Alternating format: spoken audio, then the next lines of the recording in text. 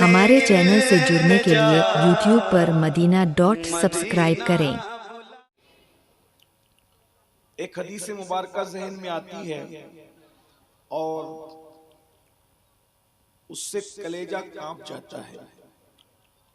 अल्लाह के रसूल सल्लल्लाहु अलैहि वसल्लम की बहुत सारी हदीसें ऐसी हैं जिसको हजरत अबू हुरैरा ने बयान किया, किसी को इब्ने अब्बास ने बयान किया, किसी को इब्ने मसऊद ने बयान किया, किसी को सैयदा आयशा सिद्दीक़ा ने बयान किया।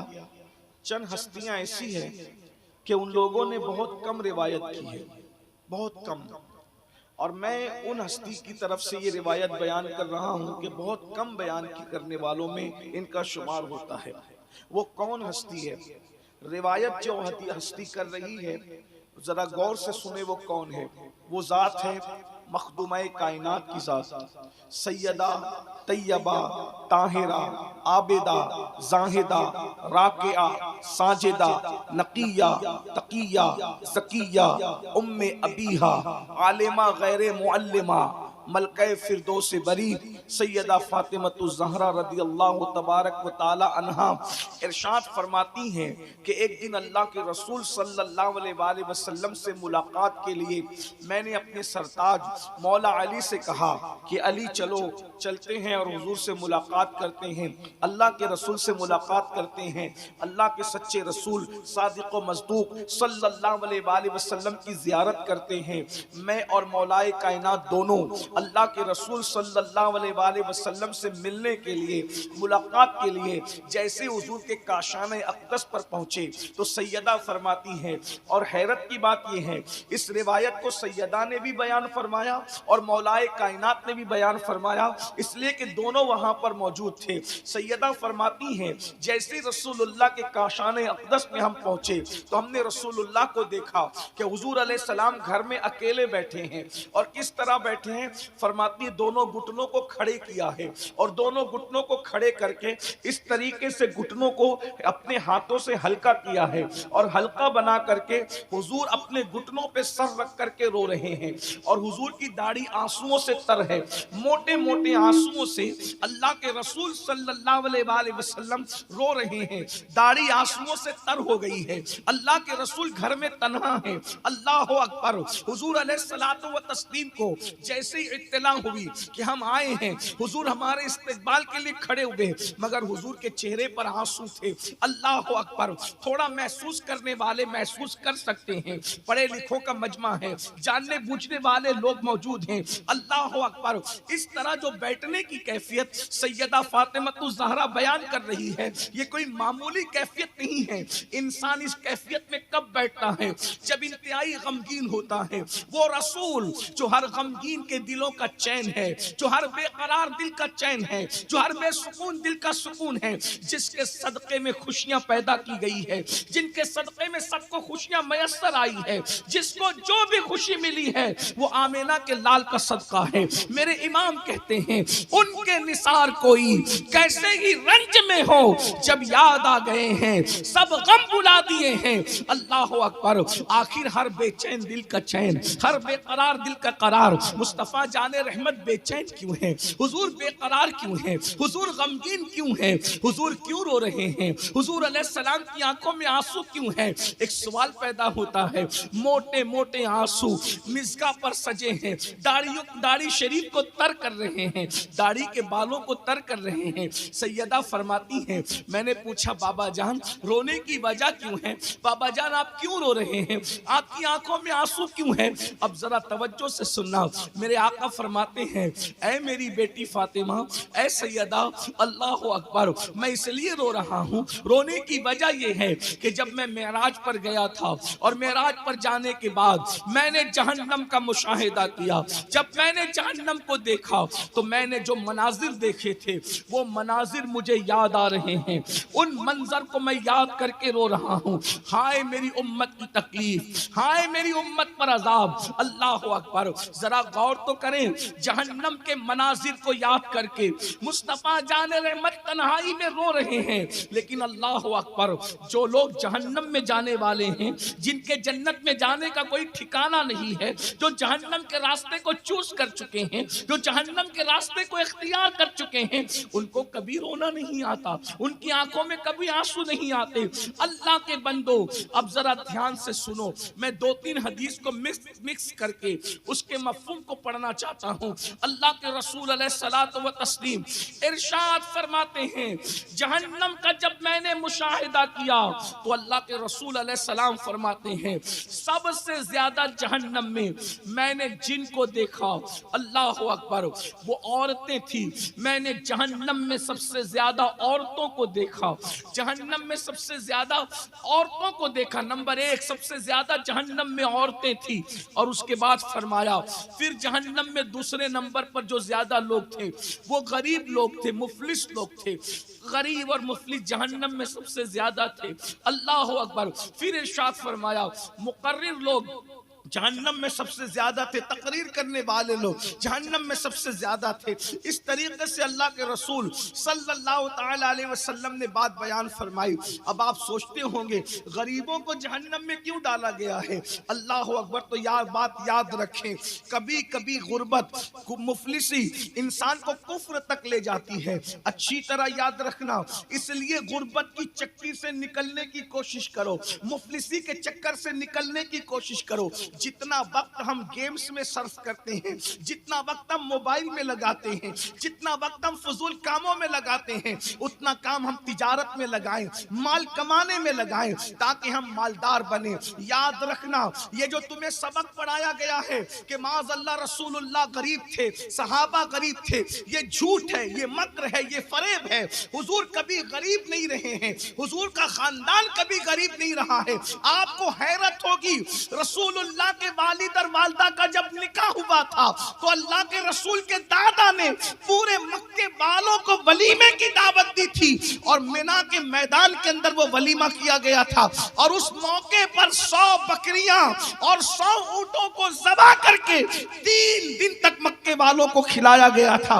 आपसे पूछना चाहता हूं, क्या गरीब लोग इस तरीके की दावत कर सकते हैं? क्या गरीब लोग इस तरीके का खाना कर सकते हैं? हाँ, हालात कभी आते जाते रहे हैं, हालात बदलते रहे हैं। और एक बात मुझे बताओ, अल्लाह अकबर, पेट में पत्थर बांधा है उम्मत की तालीम के लिए, 3-3 महीना घर में चूल्हा नहीं जला है उम्मत की तालीम के लिए, लेकिन ये खानदान बड़ा मालदार खानदान था। हालात आते जाते रहते, मुझे उसका इनकार नहीं, हुजूर गौसे पाक मालदार थे। इसी तरीके से हुजूर गरीब नवाज रज़ी अल्लाह तबारक व तआला के दरवाजे पर तो बड़े बड़े बादशाह सवाली बन करके आए, उनके ज़ाहिरी हयात में भी, और आज भी दुनिया उनके दरवाजे पर कासाए गदाई लेकर के खड़ी है, और जिनको मिलता है वो बिला मुबाल का पुकार पुकार कर कहते हैं, ख्वाजा हिंद वो दरबार है आला तेरा, कभी महरूम नहीं मांगने वाला तेरा। और हमारे मखदूम, हमारे मुर्शिद हुजूर मखदूम अशरफ समनानी तो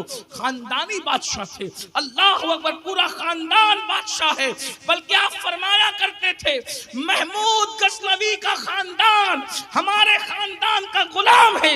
इस तरीके से मखदूम साहब फरमाया करते थे, लोग दीन ठुकरा देते हैं तख्त व ताज के लिए, हमारा मखदूम वो है, और जिसका उर्स है उसके दादा वो है।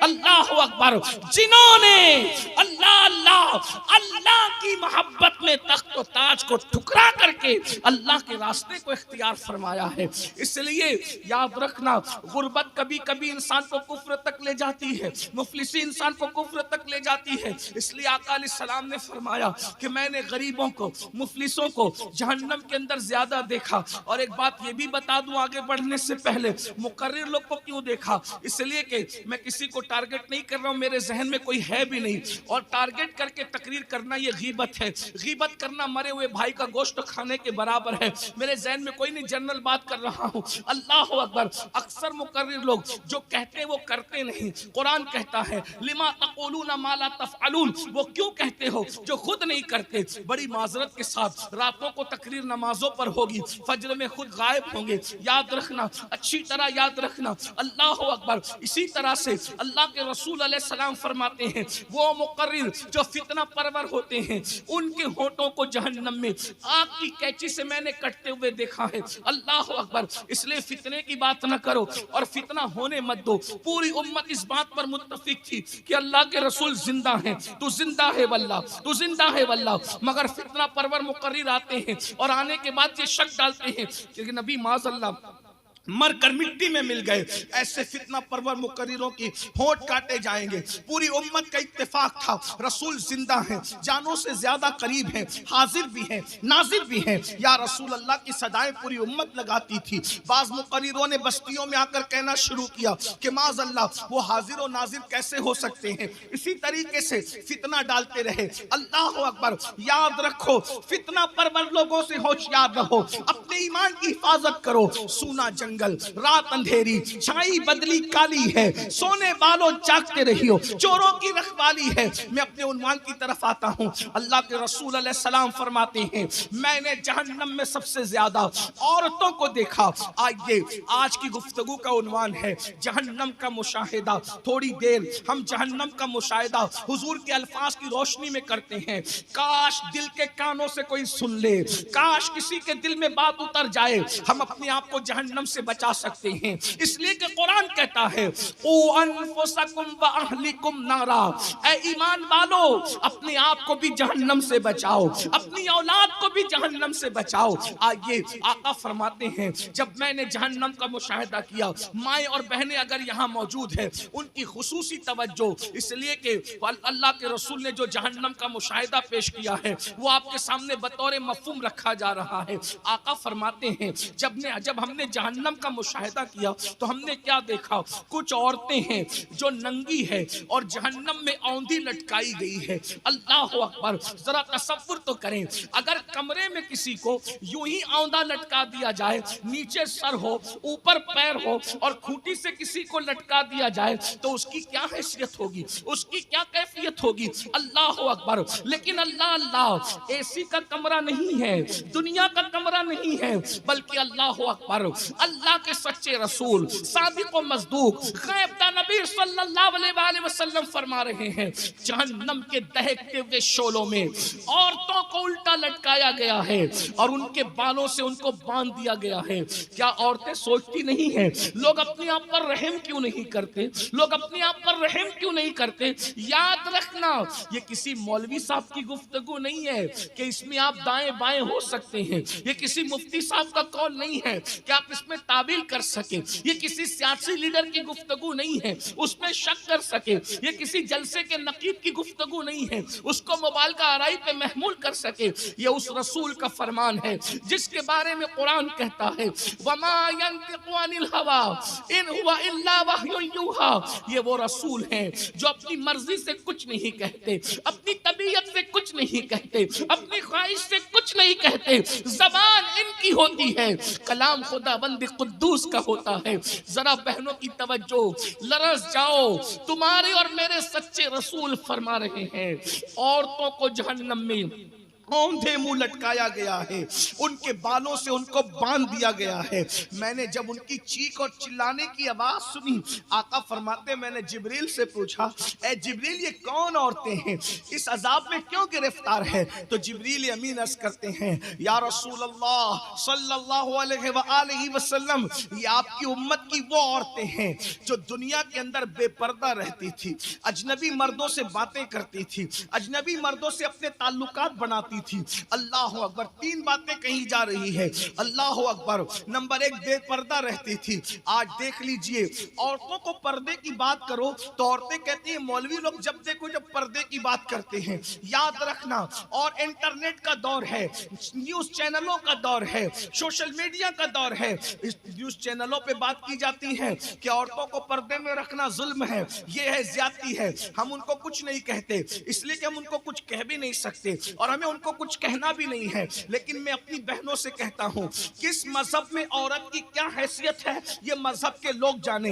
हमारे मजहब में औरत की हैसियत जन्नत की है, हम औरत को जन्नत मानते हैं। अगर बेटी की शक्ल में पैदा हो माँ बाप के लिए जन्नत है, जवान होकर के शौहर के निकाह में चली जाए नेक औरत शौहर के लिए जन्नत है, और जब वो माँ बन जाए तो रसूलुल्लाह फरमाते हैं अल जन्नतो तहता अक़दामिल उम्महातिकुम, कि जन्नत तुम्हारी माओ के कदमों के नीचे है। औरत अगर बेटी है तो माँ बाप के लिए जन्नत, बीवी है तो शौहर के लिए जन्नत, माँ है तो औलाद के लिए जन्नत। बताओ इससे बड़ा तसव्वुर कोई हो सकता है? और जन्नत को जन्नत इसलिए कहते हैं कि जन्नत छुपा के रखी गई है। अल्लाह की आसमानों की जन्नत भी छुपी हुई है और हमारी जमीन की जन्नत औरत है, हम उसको भी छुपा करके रखते हैं। अल्लाह अकबर, हमारे यहाँ औरत जन्नत है, जन्नत। किसके यहाँ क्या है? जब लोग अपनी बेटियों को जिंदा दफन कर रहे थे उस वक्त रसूलुल्लाह ने फरमाया मैं मोहम्मद बेटियों का बाप बन करके आया हूँ, जो बेटी की पैदाइश पे खुशी करे, अच्छा नाम रखे, अच्छी तरबियत करे, अच्छे खानदान में उसका निकाह करे। बेटियों का बाप और मैं मोहम्मद जन्नत में इतने करीब होंगे जैसे ये दो उंगलियां करीब है। किसी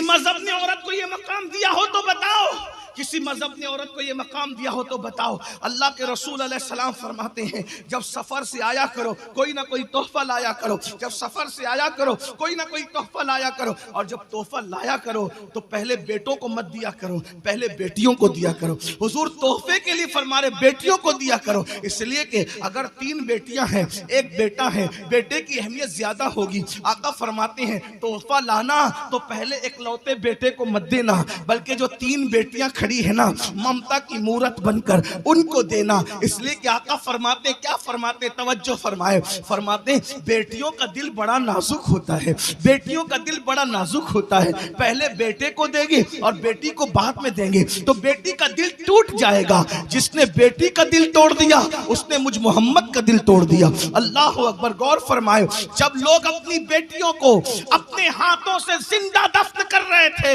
उस वक्त मेरे नबी अपनी बेटी सैयदा फातिमा की आमद पर उठ उठ करके खड़े हो रहे थे और फरमाते थे फिदा के उम्मी वाबी या फातिमा, फातिमा मेरे माँ बाप तुझ पर कुर्बान हो जाए। अंदाजा तो फरमाए हुजूर ने ये बेटी की अहमियत बताई है, लेकिन अल्लाह अकबर अंदाजा फरमाए आज कौम की बेटियां बेपर्दा घूम रही हैं, बेपर्दा हैं। याद रखना पर्दा किससे किया जाए?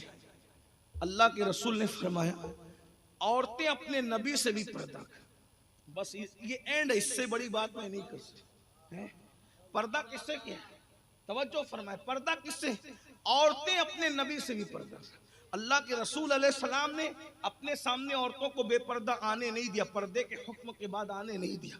अब आपसे पूछता हूँ औरतें बाज मकाम पर कहती है बड़ी होशियारी से मौलाना पर्दा तो आंख में होना चाहिए, मुंह पे पर्दा डालना कोई जरूरी नहीं। तो मैंने कहा क्या सहाबिया की आंखों में पर्दा न था? तुम्हारा ये जुमला कितना गंदा है, कहां कहां जर्ब लगाता है। और मर्दों तुम्हें क्या हो गया, तुम्हें क्या हो गया? अल्लाह के रसूल अलैहिस्सलाम फरमाते हैं शबे मेराज मैंने जन्नत के दरवाजे पे बहुत सी तहरीर पढ़ी, एक तहरीर ये भी थी कि अल्लाह ने जन्नत दय्यूस पर हराम कर दी, दय्यूसों पर जन्नत हराम है। सहाबा ने पूछा हुजूर ये दय्यूस कौन है? फरमाया जिसके घर की औरतें बेपर्दा घूमती है और वो मर्द मना नहीं करता, वो दय्यूस है, दय्यूस। अल्लाह ना उसकी नमाजें कबूल करता है, ना उसकी दुआएं कबूल करता है, ना उसका नफल कबूल करता है, ना उसका फर्ज कबूल करता है। दय्यूस जहन्नम में जाएंगे। एक भाई अगर अपनी बहन को पर्दे में नहीं रखता तो भाई दय्यूस है, दय्यूस। मैं नहीं, अल्लाह के रसूल कह रहे हैं। शौहर अगर बीवी को पर्दे में नहीं रखता वो दय्यूस है, दय्यूस। अल्लाह के रसूल कह रहे हैं उस पर जन्नत हराम है। अगर कोई बाप अपनी बेटी को पर्दे में नहीं रखता वो दय्यूस है, दय्यूस। उस पर जन्नत हराम कर दी गई है। अल्लाह अकबर। और बहनों का क्या हाल है? बेपर्दा घूम रही है। अल्लाह अकबर। बल्कि अब तो हालात यहाँ तक पहुँच गए हैं, यहाँ की बच्चियाँ ऐसी नहीं होगी लेकिन पूरे मुल्क के बल्कि पूरी दुनिया के तनाजुर में बात की जा रही। अब तो हालात ये हो गए लड़कियां लड़कों से ताल्लुक कायम करें, यहां तक हालात पहुंच गए। नाजायज ताल्लुकात कायम करें, लड़के भी लड़कियों से, लड़कियां लड़कों से। फिल्मों का दौर है, सीरियलों का दौर है, हंसने की बात नहीं है। बहुत बुरा वक्त आया, हम बहुत नाजुक हालात से गुजर रहे हैं और अब हालात और ताल्लुकात ऐसा फैशन बन गए कि लड़के और लड़कियां अब मुसलमान से तो ताल्लुक अपनी जगह है, मुसलमान मुनकिरीन इस्लाम से भी ताल्लुक कायम कर, काफिरों से भी रिश्ते कायम कर रहे हैं। अल्लाह अकबर, अफेयर हो रहे हैं, नाजायज ताल्लुकात हो रहे हैं, बॉयफ्रेंड बनाए जा रहे हैं, गर्लफ्रेंड बनाए जा रहे हैं। अल्लाह अकबर, ये हालात हैं।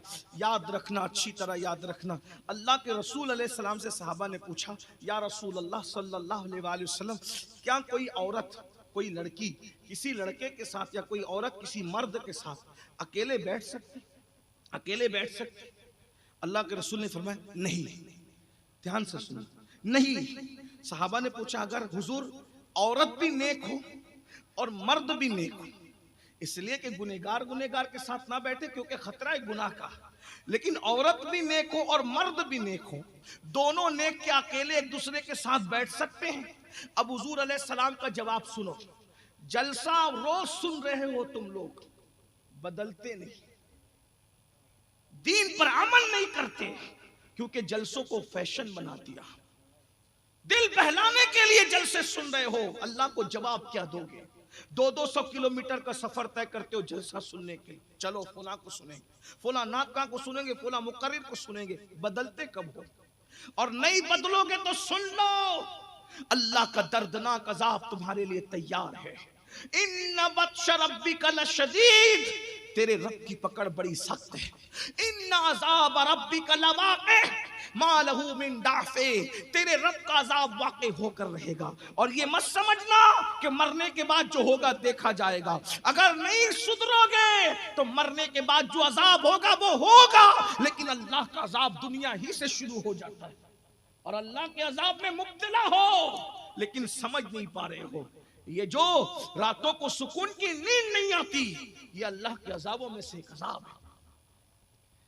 80% मुसलमानों का मसला है, सुकून की नींद नहीं आ रही है, नींद की गोलियां खा के भी सुकून की नींद नहीं आ रही, बिस्तर पे करवटें बदलते हैं। ये अल्लाह के अजाबों में से एक अजाब है। बेटी 30-35 साल की हो गई, अच्छा रिश्ता नहीं आता, ये अल्लाह के अजाबों में से एक अजाब है।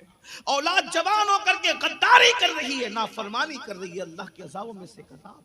कुरान कहता है, वमा असाबकुम मिन मुसीबतिन फबिमा कसबत ऐदीकुम, कि तुम पर जो भी मुसीबत आती है वो तुम्हारे गुनाह की वजह से।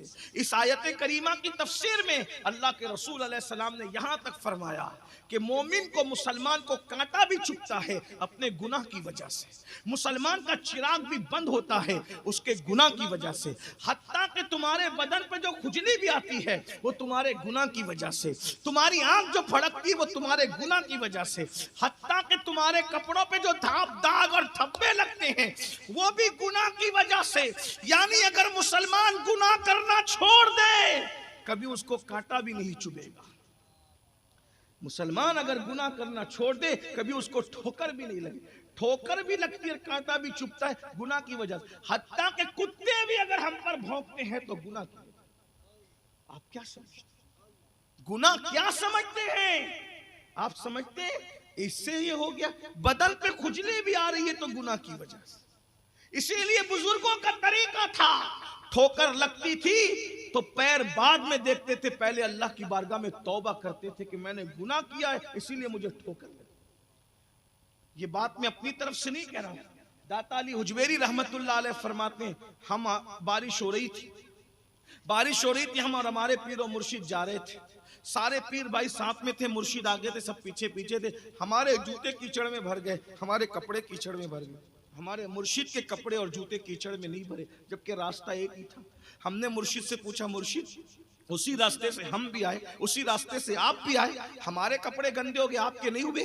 तो आपने जवाब दिया, बेटा गुनाह करना छोड़ दो, ना तुम्हारे कभी जूते मैले होंगे ना तुम्हारे कपड़े मैले होंगे। गौर फरमाइए, गुनाह को क्या समझ रहे हो?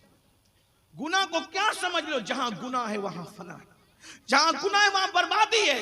तो अर्ज ये कर रहा था, आज सीरियलों को देखकर, फिल्मों को देखकर लड़के लड़कियों से नाजायज ताल्लुकात कायम कर रही हैं और लड़कियां लड़कों से।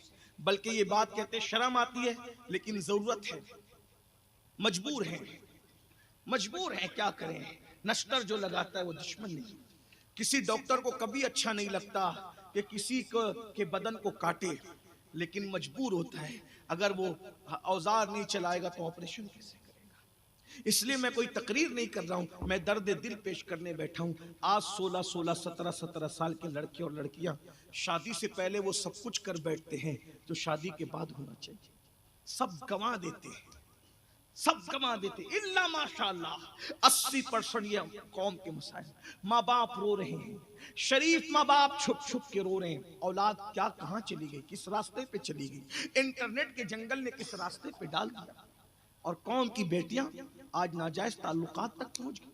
उन्हें एहसास ही नहीं है कि जिस मजहब का तकद्दुस ये है कि अल्लाह के रसूल अलैहिस्सलाम से पूछा गया, या रसूल अल्लाह, एक मर्द और एक औरत अगर आपस में बैठना चाहे और अगर वो नेक हो तो क्या नेक मर्द नेक औरत के साथ बैठ सकता है अकेले में?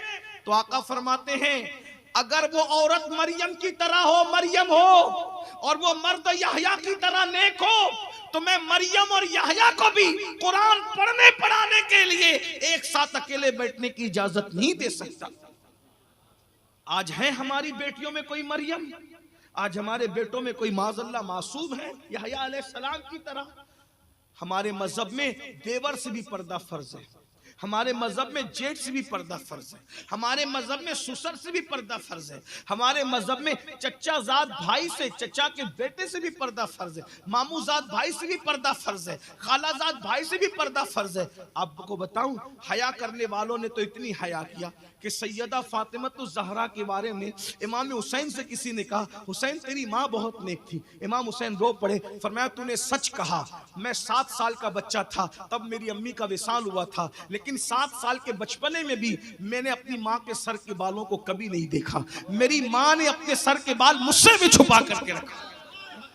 खवातीन ये है, किरदार ये है। और ये तो इमाम हुसैन का कहना है कि मैं 7 साल का बच्चा होकर भी मेरी माँ मुझसे बाल छुपाती थी। गौर कीजिए, लेकिन सैयदा के बारे में तो हमारा अकीदा ये है कि बाल तो बाल है। सैयदा फातिमा के दुपट्टे की हुर्मत का ये आलम है कि फातिमा तो ज़हरा के दुपट्टे को इंसान तो इंसान, मर्द तो मर्द कभी चांदो सूरज ने भी नहीं देखा है, कभी चांद और सूरज ने भी जिसका आंचल न देखा, महो महर ने उस रिदाए नज़ाहत पे लाखों।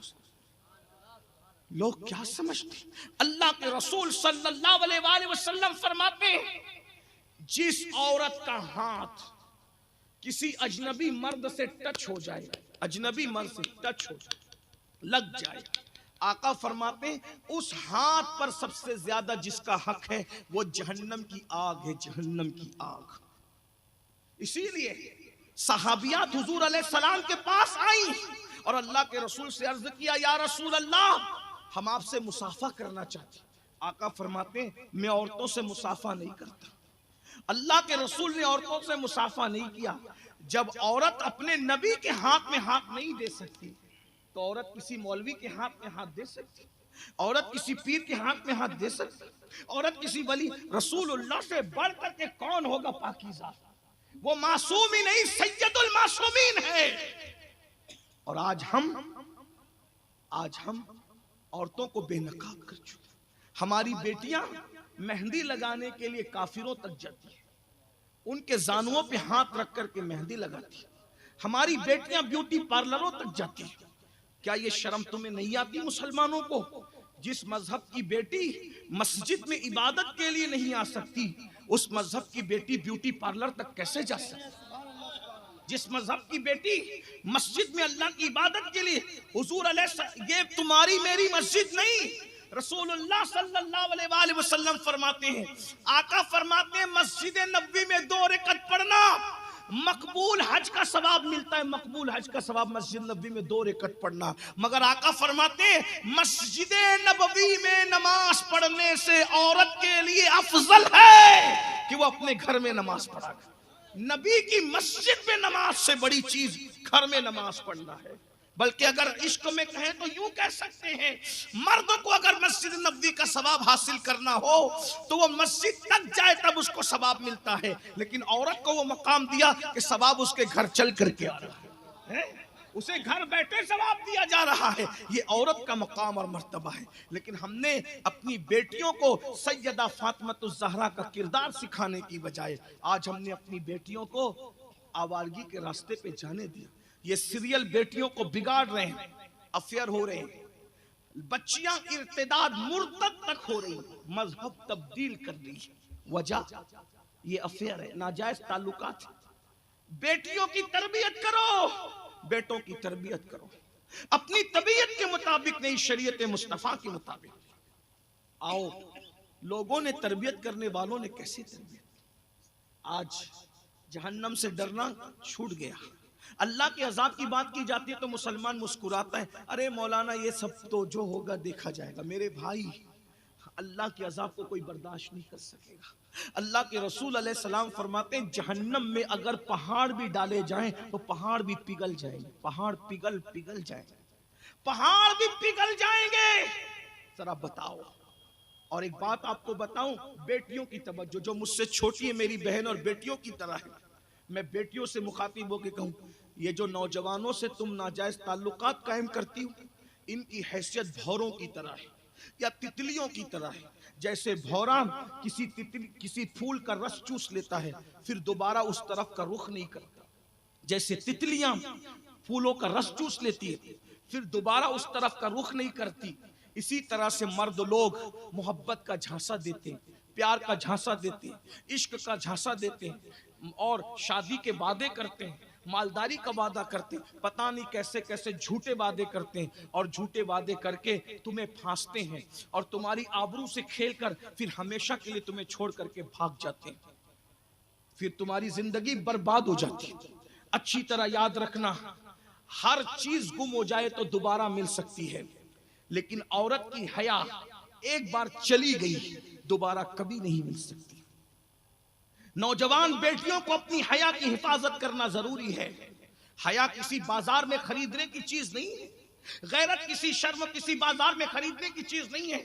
औरतों को अपनी इज्जत की हिफाजत करना चाहिए। औरतों को चाहिए कि ज्यादा से ज्यादा घर में रहें, शादियों में भी शिरकत करने से परहेज करो, वलीमों में भी शिरकत करने से परहेज करो और दूर की रिश्तेदारियों में मैयतों में जाने से भी परहेज करो। औरत जितना घर में रहेगी उतना ज्यादा उसकी इज्जत महफूज रहेगी। एक उम्मुल मोमिनीन के पास कुछ औरतें आई और आने के बाद कहती उम्मुल मोमिनीन कहते रसूलुल्लाह की बीवियों को, उम्मुल मोमिनीन से कहा अम्मी जान आप हमारी माँ है, मोमिनों की माँ है, हम लोग उम्रा के लिए जा रहे हैं, आप हमारे साथ उम्रा के लिए चलिए, आप नबी की बीवी है, नबी की बीवी के सदके हमारा उम्रा कबूल हो जाएगा। उम्मुल मोमिनीन फरमाती हैं हमने रसूलुल्लाह के साथ हज भी कर लिया है और उम्रा भी कर लिया है, अब हमें उम्रा करने की हाजत नहीं है, हमारे लिए उम्रा करने से अफजल घर में बैठना है, क्योंकि कुरान हमसे कहता है वो करना फी बुयूतिकुन्ना कि तुम अपने घरों में बैठी रहो, अब हम घर से बाहर कभी नहीं निकलेंगे। हमें उम्रा नफिल उम्रा से ज्यादा अफजल अपनी इज्जत को छुपा करके अपनी इज्जत की हिफाजत के लिए घर में बैठना अफजल है। ये उनकी सोच थी, ये उनकी फिक्र थी।